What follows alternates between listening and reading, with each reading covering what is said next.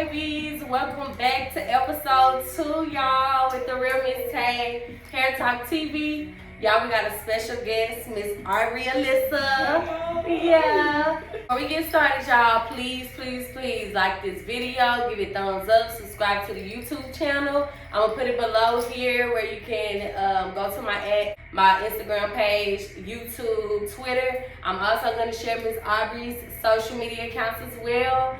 But before we get started, I gotta introduce a wonderful person. I've been dying to do an interview with her, like dying. She is 27 years old. Ooh, girl, from 28. that age, 28, you did just have a birthday. Yes, girl. My girl just had a birthday last week. We was actually supposed to do the interview last week, but y'all, life. Right. But she just turned 28 years old from that H-Town. That's actually something new that I found out about you. Right. I thought you was from Galveston. I'm from Dickinson, actually. Oh, you from Dickinson? Yeah. Okay, so she from Dickinson, but you gonna rep that H-Town. Yeah. Specializes in textured hair. She is a licensed cosmetologist and has now been in business 3 years. Yes, girl. 3 years, man. Shout out to you. She is the owner. Okay, hold up. Owner. You kept like, Owner of House of Finesse Beauty Bar and Boutique, and we're actually sitting in it, baby. Yes, this is a blessing, and this is also very inspiring to me. Thank you. Very. When I walked up here, it was giving pink, and y'all know that's my favorite color. Before we get started, I want you to just introduce yourself to my Taebies. Let them know who you is, baby. Hey y'all, I'm Aubrey, like she said, owner of the House of Finesse Beauty Bar and Boutique.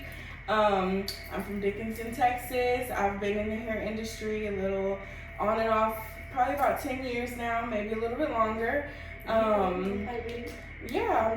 I'm fun, I'm a vibe, I'm about my business is my baby, and yeah, that's more than enough. And look, I was just gonna ask you, how long have you been in the industries?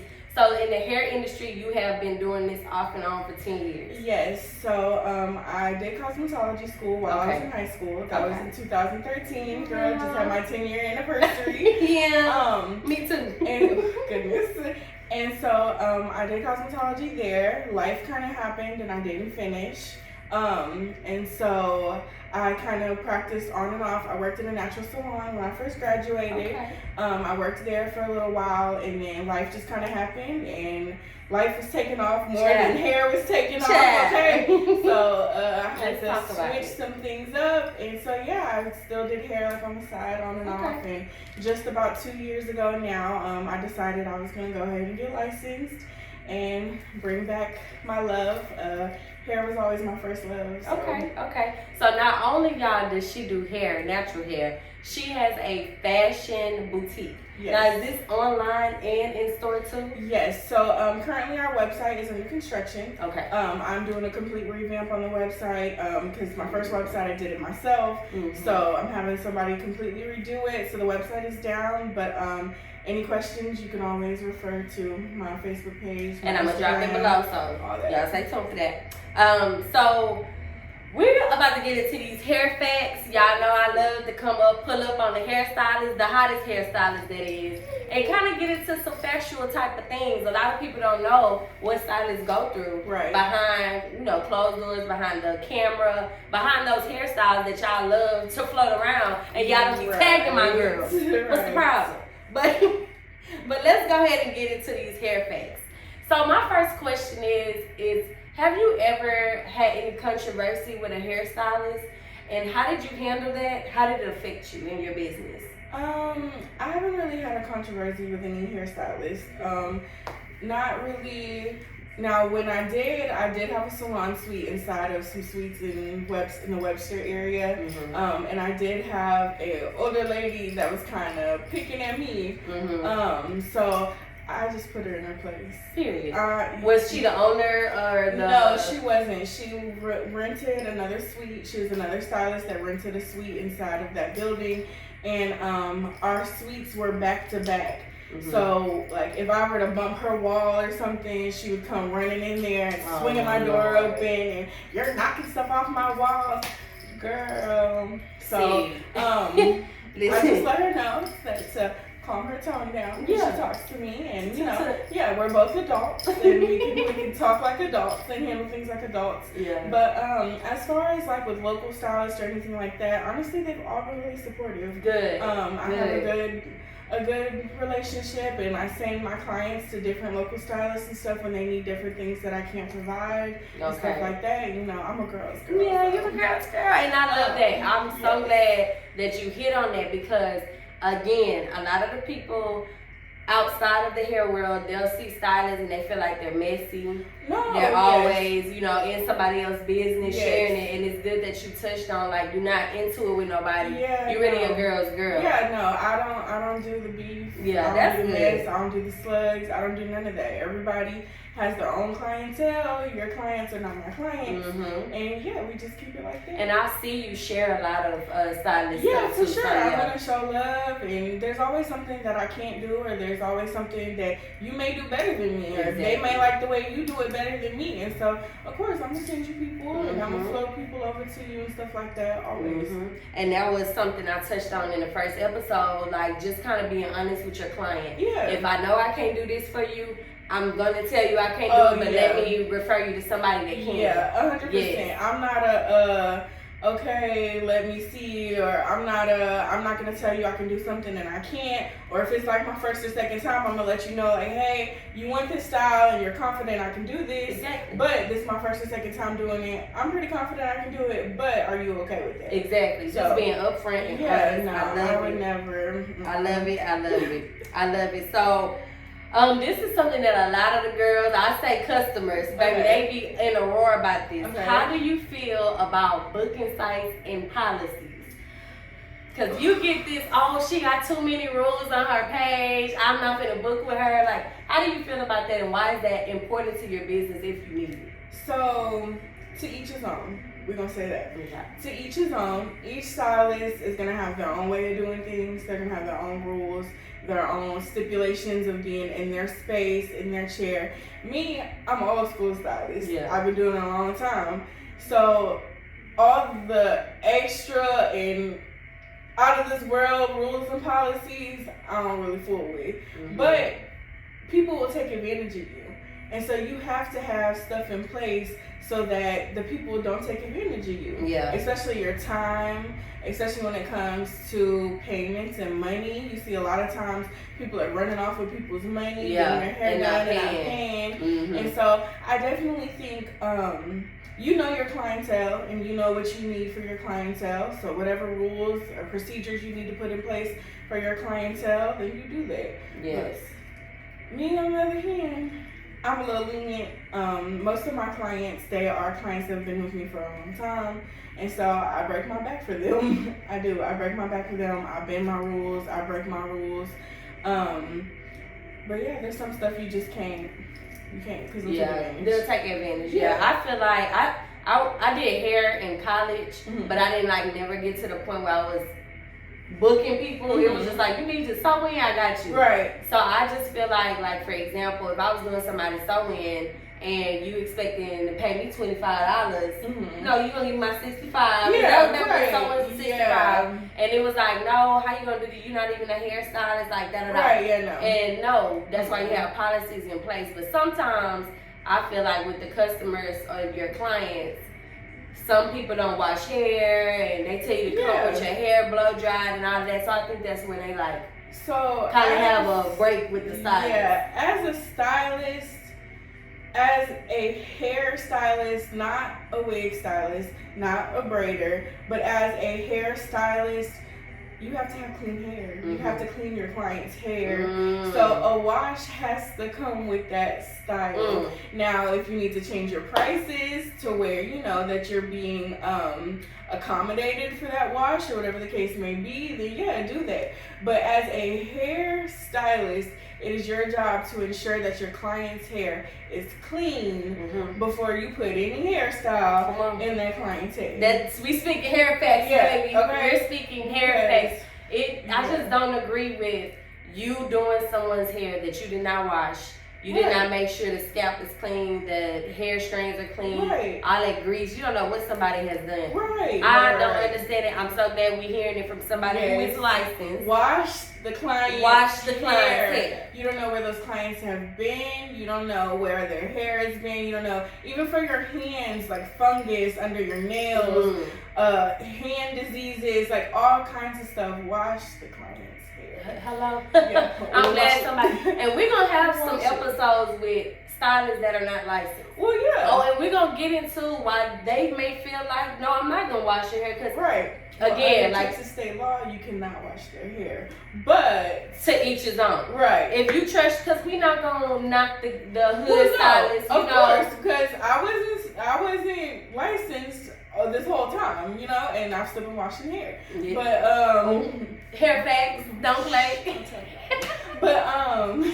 But yes, I still think even just as a stylist, period, if you're going to be doing hair, it is important that you wash the hair, or it's important to have an understanding with your client that their hair needs to be clean. Yes. If you need to walk them through the wash process, then do that. I've had so many clients that come in and say, oh, I just washed my hair yesterday, and then they come in with a hair full of grease and want a ponytail or something that we have to, you know, press the hair. Then when the hairstyle don't come out the way that they want, it's a problem. Right, exactly. And in order for our products to adhere to the hair, our sprays to adhere to the hair, we need a clean hair strand.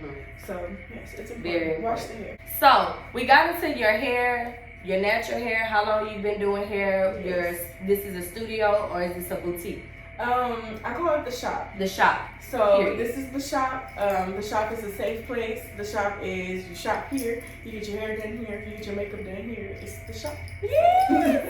So I want to kind of get into your fashion store and how you got started with that, and what kind of made you bridge fashion and hair together. Okay, so as far as the boutique, when I graduated high school and graduated from cosmetology, like I said, I worked in a salon for a while, in a natural salon.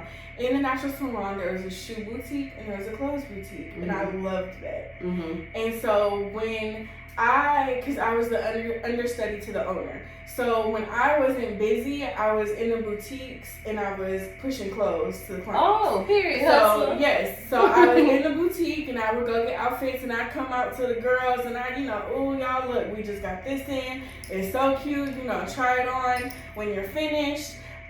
So I fell in love with that. Like I fell in love with making people feel good through clothing and through accessories and, oh girl, this looks so cute on you and stuff like that. So I fell in love with the combination there. Okay. Because they do go hand in hand. Yeah, they do. And I mean, go hand in hand, whether it's gonna be hair products or clothes.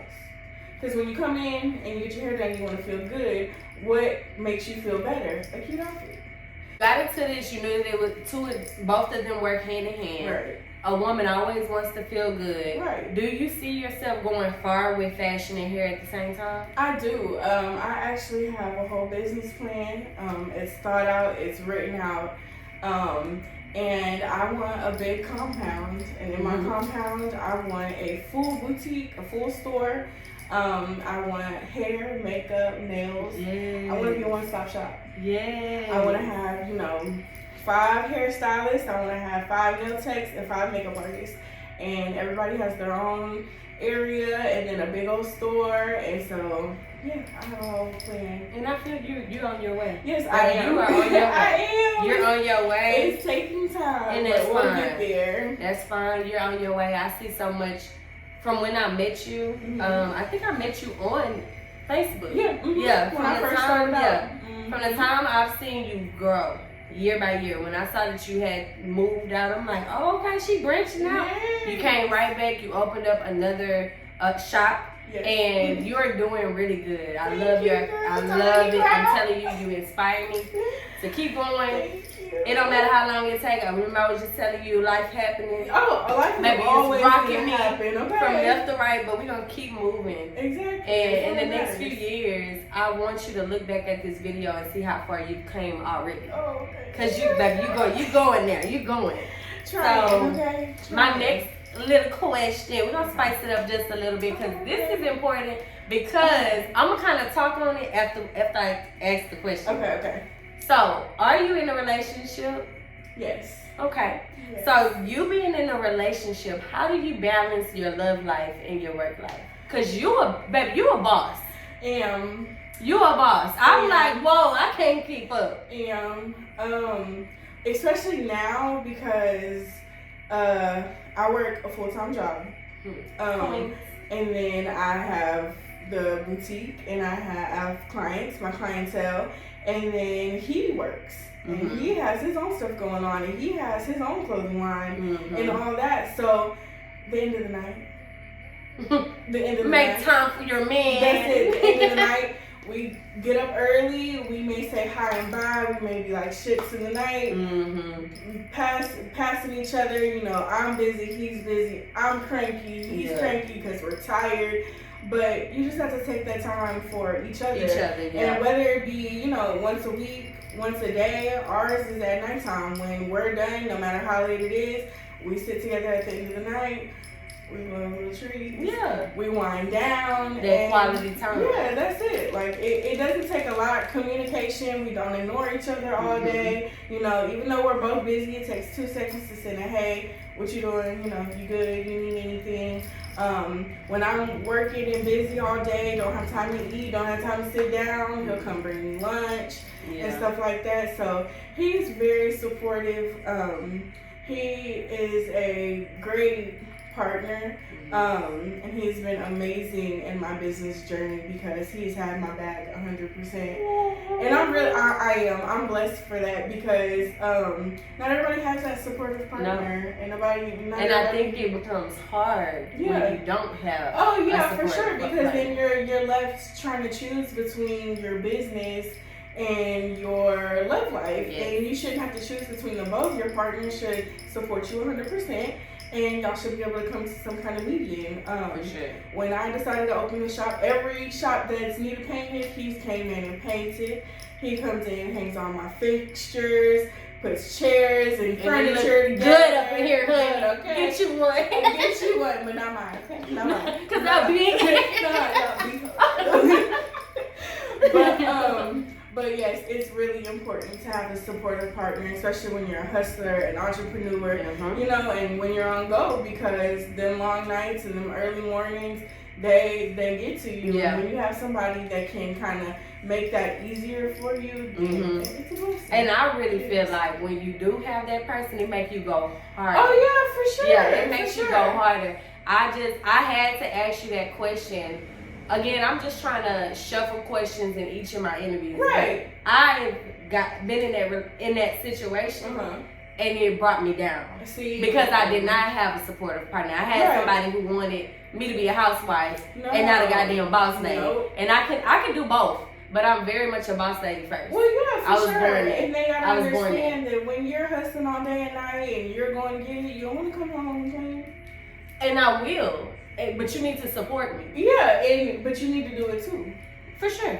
You need to do it too. If I've been at work all day and I've been at the shop all day and I'm not getting home till 10 o'clock and it's still dishes from yesterday and you've been home, we got a problem. Yeah, we got a problem. No. Now I'm slinging dishes because I'm pissed. Right. And now we're about to have an argument. Yeah, because I'm mad. I'm tired. I'm mad. And you know I'm grinding, like you know what I'm doing, and you're not making it any easier on me. You're making it harder. And life is about if you're gonna have a partner, they need to make it easier. Yes, make it easier for me. I'm gonna make it harder because I'm a package. Oh yeah, for I'm sure. gonna come with it. Sure. You gonna have to make it a little bit more easier for me. And I think now that's why again I asked you that question because now I'm experiencing being an entrepreneur and a boss lady by myself. Yeah. And I'm showing myself how much I can do by myself. Yeah, so if you do come with it, you're gonna have to hold me up. For sure. I'm a busybody. So that was very important. I hope all the girlies out there heard that. Yes. You need somebody. We can be boss ladies. The men not the only ones that can be the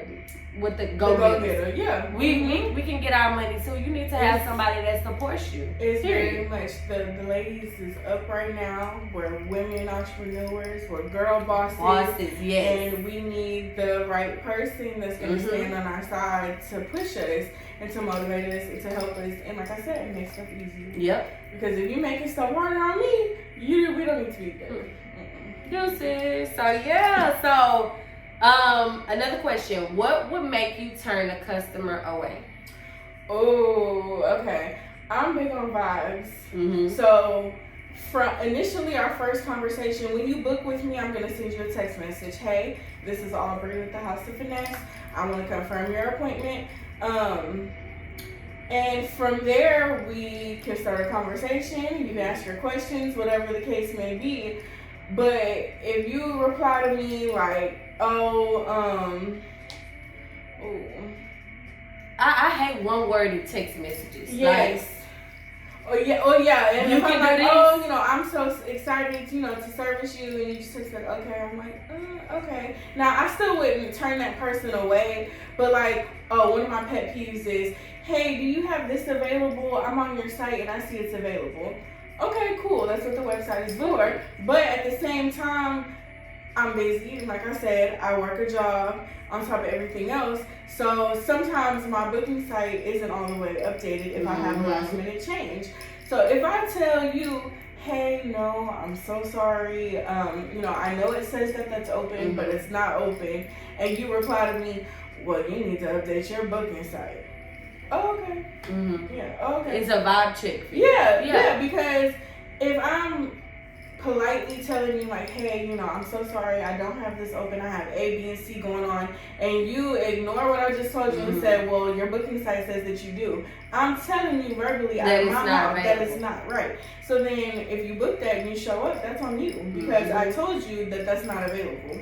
And so that would be a reason that I turn someone away. That would be a reason I might ignore you because I don't like that. Yeah, it's a vibe check. You're questioning questioning my schedule. You're questioning I'm not gonna say my authority, but like you questioning what I just told you, and I'm telling you, like, hey, it ain't available. Right. And you're saying, oh, well, your schedule says it is. I understand that, but I'm telling you I can't do it. Right. So you can get, we just gone. Yeah, so it's a vibe I'm check. so sorry, I don't have that available.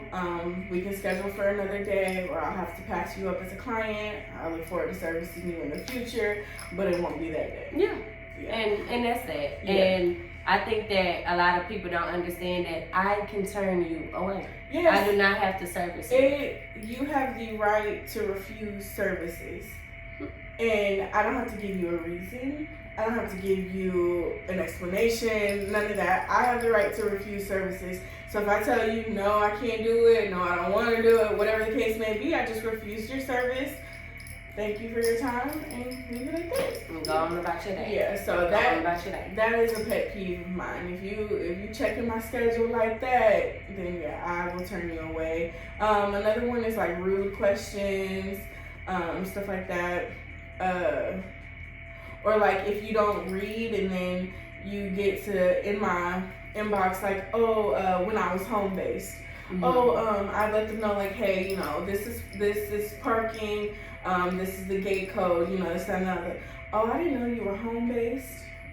It's biggest day on my booking site. Right, you need to read. Right, you need to read. And then, I usually don't book with home-based stylists, but I'll still come. No, at that point, you're making me uncomfortable because you just said you don't like the fact that I'm home-based. So I'm going to go ahead and turn you around. Yeah. I'm going to turn you around. I like, again, when I'm doing these interviews, I like to kind of hear from the stylist point and then come to the client. Yeah. So how did you feel when you were doing home-based clients? Do you feel that you gained more of a relationship with them there versus in your salon, or? I feel like it was pretty much the same. I was really particular about what clients I took while I was at home, because I'm real funny about people in my space. So, your home is your safe place. So I was very particular about what clients I would take at home. pretty much repeat clients. I didn't take a whole lot of new clients when I was at home. And that's what money is. Yeah, right. Your repeat customers. Right. And so yeah, pretty much just repeat clients, and they knew kind of my journey from before. They knew why we were at home for the time being, and so it wasn't bad. Good. Everybody understood, and you know, I'm an overly apologetic person. Like if I know something's not right, I'm gonna apologize to you a million times. So while I was doing hair at home, my sprayer went out, right? So then I had to go to washing hair old school style. I got a cup and a bowl, and I'm washing hair. And I'm like, you know, I'm so sorry that I have to wash your hair like this. And they're like, oh, girl, this is clean. Because you still wash your hair, because a lot of people don't even do that. Right, exactly. It works. At least it's clean. So that was an eye-opener for me, because it showed me that, like, yeah, your clients really fool with you. You know, like, they support you, and they support your journey and stuff like that. So it brought me closer to my current clients, and then it allowed me to do what I needed to do to get to where I am. That makes me so happy, because I'm telling you, that inspiration, that even though you were, like you said, using a cup of water, you could have said, oh no, I can't do this no more. Right, exactly. Let me try to find something else to do that I can do in a time. Right, You kept going, you kept pushing, and I'm telling you, being in this building, in this business is inspiring, because you just said, was that 2 years ago?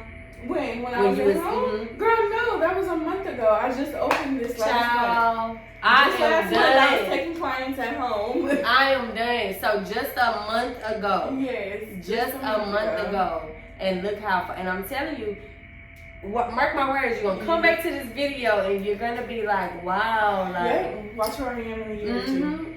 Forget a year or two. In a year. Watch where I am. I'm telling you. Consistency is key. That's my motto for my hair company. I don't play about it.